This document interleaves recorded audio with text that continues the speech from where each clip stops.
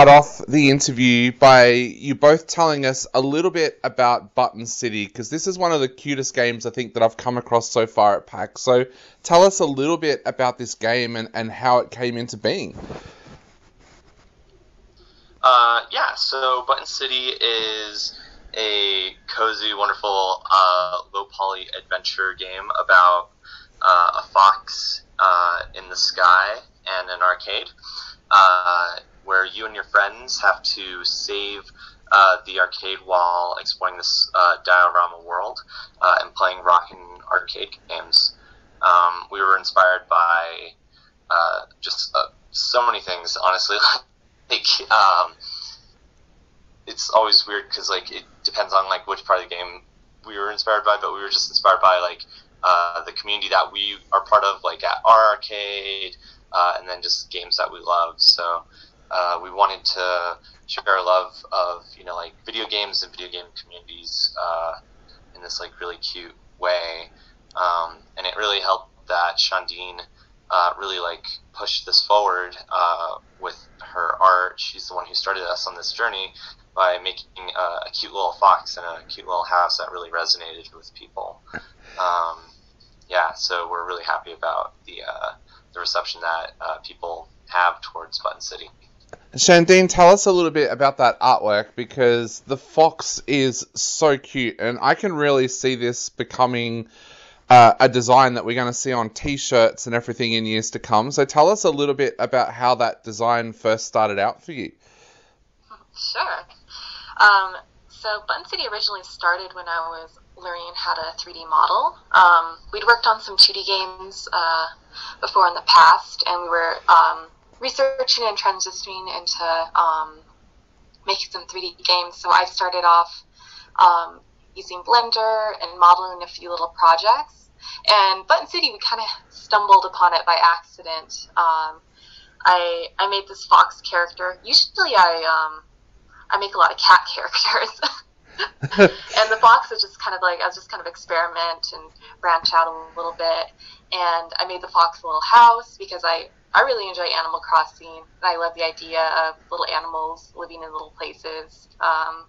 So I put it all together with a little diorama, and we just kind of wanted to make it originally a little art demo, just you could walk around and look at the graphics. And then we decided, what if we turn this into a game? And we thought this was going to be a tiny little project, but we were posting it on Twitter. We got so much reception that we decided we wanted to expand this project into a full idea and a full game. Shandiin, was there a reason why he ended up being a fox? I know you said before that you normally draw cat characters, but the character could have been anything. It could have been a penguin, could have been a dinosaur. Was there a reason why you settled on a fox at that time? Oh, it's kind of big. I think I know why. So there's this game called Anarcute. It's where you have these little animals and they make a mob and they're going around this town, kind of an anarchy, kind of trashing the place. The graphics are super adorable, and one of the main characters in there was a fox character, and it was kind of this little poly fox, and I kind of wanted to make my own version of a little fox like that, and that's kind of where the Fennel character started. Awesome. Orion, you mentioned about community and friendship being a really important part of this game, and I love that, especially at the moment with what we've been going through over the last 18 months with lockdowns and things like that. Was that always something that you wanted to have a big part of this game, friendship and community? Yeah, so it comes from us being part of our arcade community, and various gaming communities here in town, and we help run the game development community where we're from. So a lot of it is how do you how do you show local love and local community and stuff like that. I don't know, it's just interesting because I get really invested into stories. I was never really a sports person growing up until like I found like some way to like latch on to something. So the first like quote unquote sports community that I became like kind of part of was like the Smash Brothers community, and like learning the story about that, and like learning about like all the different things that people within that community really did. And then here, you know, like there was the game dev community, and like we don't have like a lot of like Rockstar game developers, either the company Rockstar or, you know, like just big names, you know. Yeah. And like where we're from, like a lot of people kind of have like this chip on their shoulder because it's like, oh, in New Mexico, like it's very like we're kind of looked over, we're kind of like beaten out and stuff like that. But like when there's like something local, like you get really attached to something. So kind of like going back to like sports analogy, like there was like a soccer team that just recently joined up in New Mexico, like the New Mexico United, and it brought everybody together. And just a lot of these themes have been like culminating these past few years while we were developing this, where you know, we're part of our local game dev community. We have a local soccer team where we could really feel like a sense of community and like camaraderie. We have you know, like gaming communities here, like where we play like competitive games and stuff like that. So like just the friendships, the rivalries, the stories that come out of that, and like looking out for each other, and like the drama that could come out of like real life, kind of went into Button City, because we wanted to tell just like a really cute story, but also something that felt a little bit grounded for towards reality a little bit, even though it's like really silly. Yeah, no, it doesn't. It sounds great, and I guess this is the right time to ask this question for you both. When did you both get into gaming? Like, was there a time in your life when you first realized, wow, I'm a gamer? Do you want to go first? Or do you want me to go first? I can go first. So growing up, my family didn't have a lot of money, and I got into gaming mostly when my family got a PC, and I would play like games online. I started getting like games from the discount bin at like Staples. Like I played a lot of sim games like Roller Coaster Tycoon. I also got really into Nancy Drew. Yep. And I didn't actually have any consoles besides like a hand-me-down NES.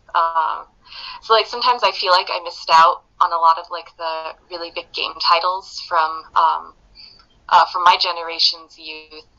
And it took me quite a while to realize that I was a gamer, because I didn't feel very involved in that as a kid. Like my friends had like GameCubes. I felt kind of excluded, and I was just like alone playing on my PC.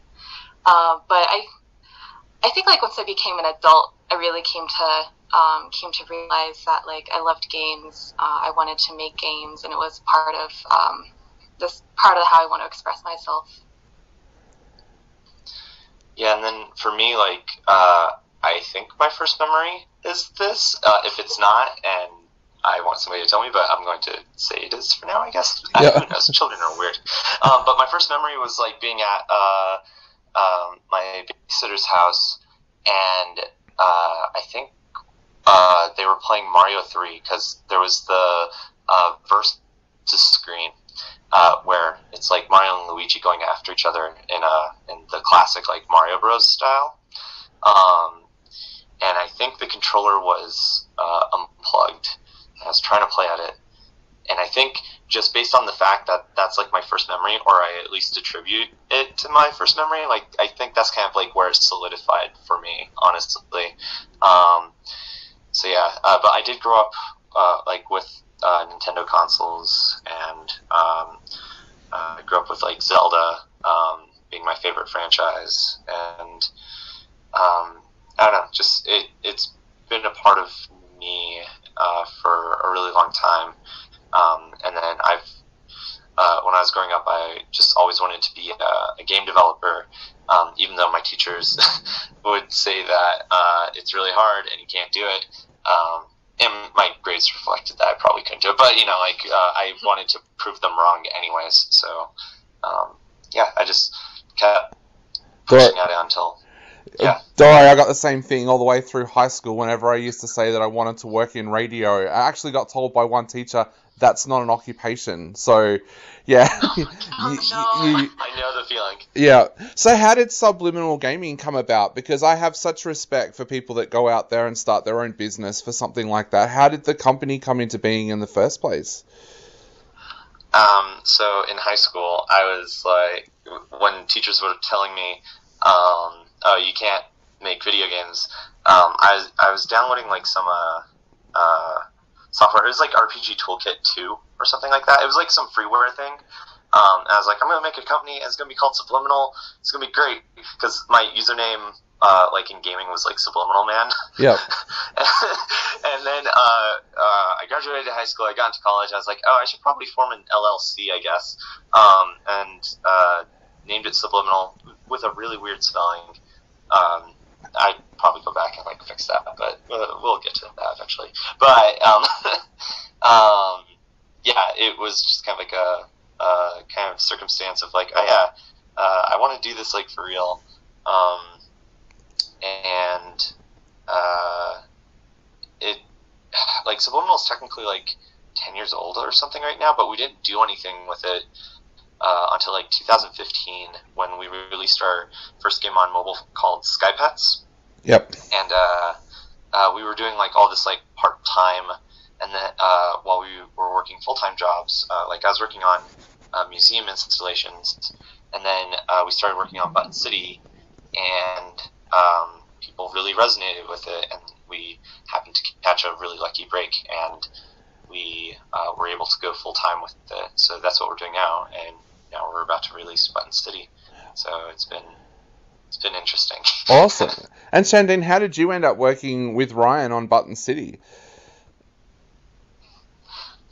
So Ryan's always kind of like had this game development thing in the background all through like when we started dating, and then now we're married, by the way. And I was working in graphic design and doing a lot of artwork, and it felt kind of like a natural transition to me. I started like helping Ryan out with projects and just growing my skill set, and I finally just decided like I want to be a game artist, and started taking this type of work more seriously and trying to work on larger projects.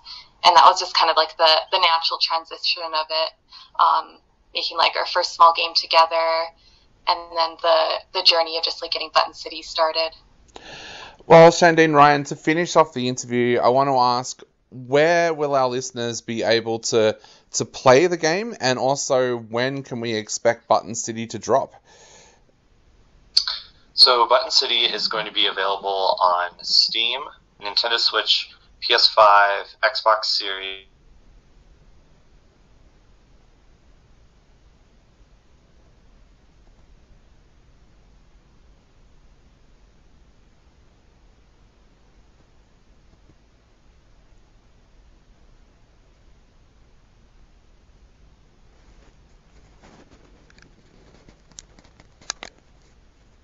So guys, now for the really important questions. One, what platforms will people be able to play Button City on? And number two, when can we expect Button City to drop?